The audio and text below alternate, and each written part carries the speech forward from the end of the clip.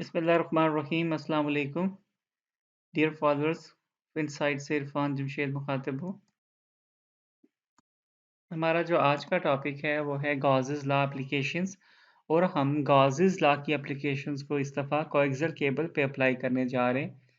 हम देखेंगे कि कोएक्सियल केबल की जो 2 कंडक्टर्स हैं, इनर कंडक्टर और आउटर कंडक्टर, इन दोनों के माबैन जो है वो कितना फ्लक्स या फ़ील्ड मौजूद होती है और हम अगर यही फ्लक्स या field within the conductor small conductor के अंदर अगर मालूम करना चाहें या दोनों कंडक्टर्स के बाहर मालूम करना चाहें तो वो क्या होगा?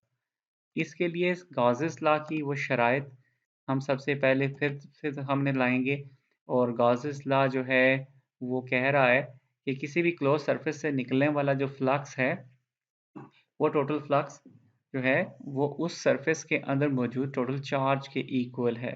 सो आपको पता है इक्वेशन के अंदर जो है वो फ्लक्स जो है वो फ्लक्स डेंसिटी सरफेस के साथ डॉट प्रोडक्ट में आ रही है और इसमें हम ds को इंटीग्रल से बाहर लाना चाहते हैं। हमें यहाँ पे चार्ज डिस्ट्रीब्यूशन मालूम है और हम चाहते हैं कि हमें जो है वो फ्लक्स डेंसिटी मालूम हो जाए। तो इस डॉट प्रोडक्ट को तोड़ने के लिए, इसको एक सिंपल प्रोडक्ट में कन्वर्ट करने के लिए हमारे सामने 2 शराइत रखी गई हैं और वो शराइत वही पुरानी हैं। पहली शर्त ये है कि जो फ्लक्स है, वो आपकी सरफेस से जो बाहर निकल रहा है, वो टेंजेंशियल ना हो, बल्कि नॉर्मल टू द सरफेस हो, वो सारे का सारा नॉर्मल हो। दूसरी शर्त ये है कि नॉर्मल होने के साथ-साथ वो यूनिफ़ॉर्म भी हो। जब ये 2 शराइत पूरी हो जाएँ, तो ये डॉट प्रोडक्ट सिंगुलर प्रोडक्ट में कन्वर्ट हो जाएगा और आप इस टीएस को इंटीग्रल से बाहर लाके सॉल्व कर सकते हैं। तो लिहाज़ा अब की बार हम जो एग्ज़ाम्पल लाए हैं वो एक कोएक्सियल केबल की एग्ज़ाम्पल है और हमारे पास यहाँ फ़िगर 3.5 शो की गई है और इस फ़िगर के अंदर हमें कोएक्सियल केबल दिखाई गई है जिसके 2 कंडक्टर्स हैं। इनर कंडक्टर का है जिसकी जो रेडियस है या जिसकी रो की वैल्यू a है और जो आउटर कंडक्टर है इसकी रो की या रेडियस की वैल्यू b है। लिहाज़ा हम क्या करने जा रहे हैं, हम इसमें एक गॉसियन सरफेस अप्लाई करेंगे और देखेंगे कि हमारे पास फ्लक्स की वैल्यूज़ क्या आती हैं। लिहाज़ा ये जो एग्ज़ाम्पल है ये लाइन चार्ज से काफ़ी मुताबिकत रखती है कि कोएक्सियल केबल भी लेंथ में एक लाइन नुमा होती है। तो लिहाज़ा यहाँ पे भी हम जो गॉसियन सरफेस अप्लाई करेंगे वो सरफेस जो है वो मोस्टली सिलिंड्रिकल इन नेचर ही होगी। तो लिहाज़ा अगर हमारी ये जो सरफेस है, ये जो सिमेट्री है, अगर यहाँ सिलिंड्रिकल अप्लाई होती है तो अगेन वही 2 क्वेश्चंस जो उनका हम हमेशा ख़्याल रखते हैं और यहाँ पे भी अपीयर होंगे कि फ़ील्ड जो है वो किन कंपोनेंट फ़ील्ड के में कौन-कौन से कंपोनेंट्स मौजूद हैं। तो हम यहाँ फ्लक्स डेंसिटी मालूम कर रहे हैं। तो फ्लक्स डेंसिटी यानी डी रो जो है ये पहले से ही हमने ये जो अज़्यूम किया है वो उसी असम्पशन्स को हम यहाँ पे भी ले आते हैं कि कौन-सा कंपोनेंट मौजूद है। हम कहेंगे सिर्फ़ डी रो कंपोनेंट मौजूद है और किसका फ़ंक्शन है या किस फ़ंक्शन से जो है ये वैरी करता है जो फ्लक्स, तो ये सिर्फ़ रो से वैरी करता है। तो ये दोनों कंसिडरेशंस जो हमने पहले से लाइन चार्ज के लिए ली थी, वो यहाँ पे भी वही हम डायरेक्टली ले आते हैं कि सिर्फ़ उसमें डी रो कंपोनेंट मौजूद है और सिर्फ़ रो के फ़ंक्शन के हिसाब से वो जो है वो चेंज होता है। अब हमने गॉसियन सरफेस चूज़ करनी है तो डेफ़िनिटली एक सिलेंडर ही होगा और वो सिलेंडर जो है वो कहाँ पे मौजूद होगा? ये जो सिलेंडर होगा इसका रेडियस रो होगी और ये जो रो है इसकी वैल्यू जो है वो a से बड़ी होगी और b से छोटी होगी। यानी हमारी ये सरफेस जो है इस छोटे कंडक्टर और बड़े कंडक्टर के दरमियान में कहीं फ़ॉल कर रही होगी, रो की वैल्यू। तो लिहाज़ा अब हम क्या करेंगे कि गॉसेस लॉ अगर अप्लाई करें तो वही तरीका जिस तरह लाइन चार्ज में हमने किया था, वो जो सिलेंडर है उसकी जो साइड्स हैं उसकी साइड्स में तो हम कह रहे हैं कि फ्लक्स जो है वो नॉर्मल टू द सरफेस भी निकलेगा और इसके अलावा वो यूनिफ़ॉर्म भी होगा, तो वहाँ तो आप ds को बाहर ले आएँगे इंटीग्रल में। लेकिन टॉप और बॉटम में क्या होगा कि ds जो है वो मौजूद नहीं होगा और उसकी वजह ये वो शर्त का पूरा ना होना है कि जो फ्लक्स निकलेगा वो साइड्स पे वो एक्चुअली टॉप और बॉटम पे जो निकलेगा वो नॉर्मल टू द सरफेस नहीं होगा, तो जो ही वो नॉर्मल टू द सरफेस नहीं होगा बल्कि टेंजेंशियल हो जाएगा, तो हम उसको वहाँ पे सारा फ्लक्स जो है वो ज़ीरो हो जाएगा। इसलिए हम ये कहेंगे कि सारा फ्लक्स साइड से ही निकलेगा इक्वेशंस जो है हमने पहले भी ये सॉल्व की थी। आप लाइन चार्ज वाली एग्जांपल देख सकते हैं गॉसेस लॉ की एप्लीकेशन में। तो उसी को मैंने यहाँ रिपीट में लिखा है और अब आप इसको अगर सॉल्व करते हैं, ठीक है, उसी तर्ज पे, तो हमारे पास जो चार्ज है वो equal to 2 pi rho L D S के इक्वल आ जाएगा। ये हमने गॉसेस लॉ के ज़रिए से इसको सॉल्व किया है। अगर हम इसको चार्ज सरफेस डेंसिटी के हिसाब से सॉल्व करें, ठीक है, ये दोबारा मैंने रिपीट में लिखा है। अगर हमने total charge length L of the inner conductor is using surface charge density, अगर सरफेस चार्ज डेंसिटी के हिसाब से इसको सॉल्व करें तो हम इसमें रो एस आ जाएगी और रो एस के हिसाब से अगर इसको सॉल्व करें तो आपके पास जो जवाब आता है वो बिल्कुल मिलता जुलता जवाब है, लेकिन बेसिकली डी एस की जगह यहाँ पे रो एस आ जाती है और वहाँ पे रो जो है वो एज अ रेडियस आ रही है, लेकिन यहाँ पे ए एज अ रेडियस आएगा क्योंकि इनर कंडक्टर पे बात हो रही है और हम ये एज्यूम कर रहे हैं यहाँ पे जो चार्ज है वो इनर कंडक्टर की सरफेस के ऊपर है। अब चार्ज हमारा जो है वो इनर कंडक्टर की सरफेस के ऊपर फैला हुआ है और इस चार्ज को हम मालूम कर रहे हैं इसके गिर्द एक गाउसियन सरफेस क्रिएट करके।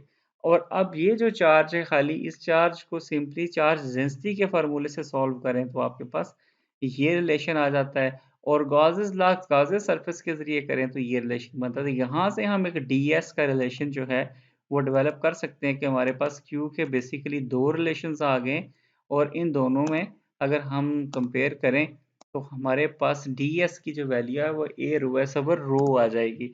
या हम इसको अगर वेक्टर फॉर्म में लिखें तो हमारे पास 7 ए रो यूनिट वेक्टर आ जाएगा और अब इसमें जो रो की वैल्यू है वो डेफिनेटली ए से बड़ी और बी से छोटी है। तो ये हमारे पास रिलेशन आया है, लेकिन अब हमारे पास इस रिलेशन में ये सरफेस चार्ज डेंसिटी है। हम इस रिलेशन को थोड़ा सा सिंप्लीफाई करेंगे, हम कोशिश करेंगे कि ये लाइन चार्ज डेंसिटी के हिसाब से हमारे पास आ जाए।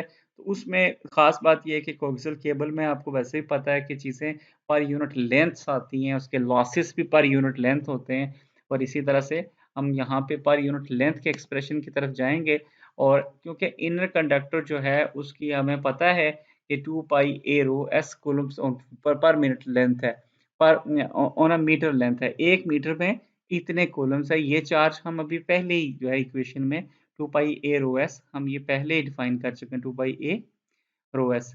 तो लिहाजा अब हम क्या करेंगे, इसी को इस्तेमाल में लाते हुए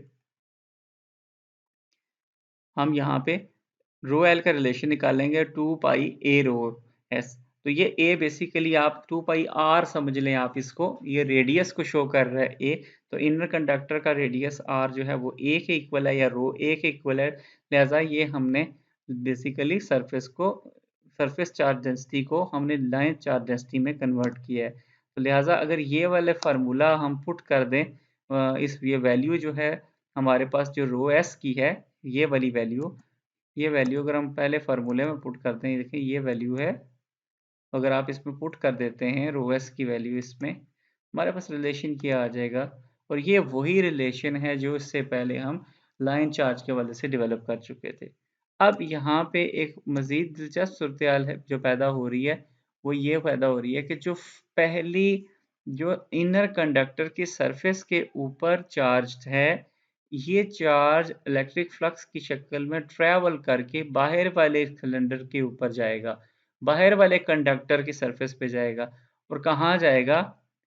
अंदर वाले कंडक्टर की सरफेस से ट्रैवल करके इनर कंडक्टर की सरफेस से ट्रैवल करके आउटर कंडक्टर की इनर सरफेस के साथ जा लगेगा और होगा क्या? नेगेटिव नेचर ये किसने कहा था? ये तो कूलम्ब ने कहा था। तो लिहाजा ये देखें total charge on that surface must be, जो चार्ज आउटर सिलेंडर पे आ रहा है वो इनर सिलेंडर का नेगेटिव है।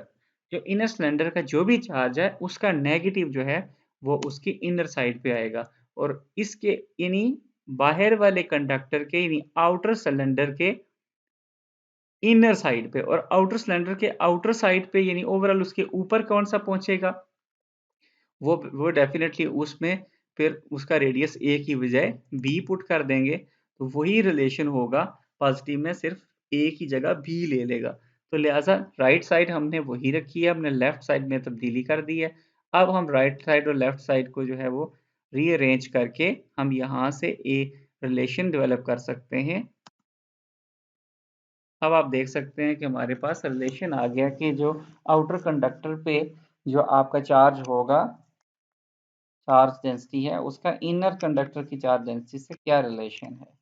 यहाँ से एक बात और भी पता चलती है, और वो ये पता चलती है कि अगर अगर हमने जो गाउसियन सरफेस ली है वो इन दोनों के दरमियान में ली है, अगर हम गाउसियन सरफेस इन दोनों से बाहर लेते, यानी रो की वैल्यू जो है वो ए और बी दोनों से बड़ी होती, उस सूरत में ये दोनों दोनों जो है ना इक्वल और अपोजिट होते और ये दोनों के दोनों कैंसल हो जाते। इसी तरह से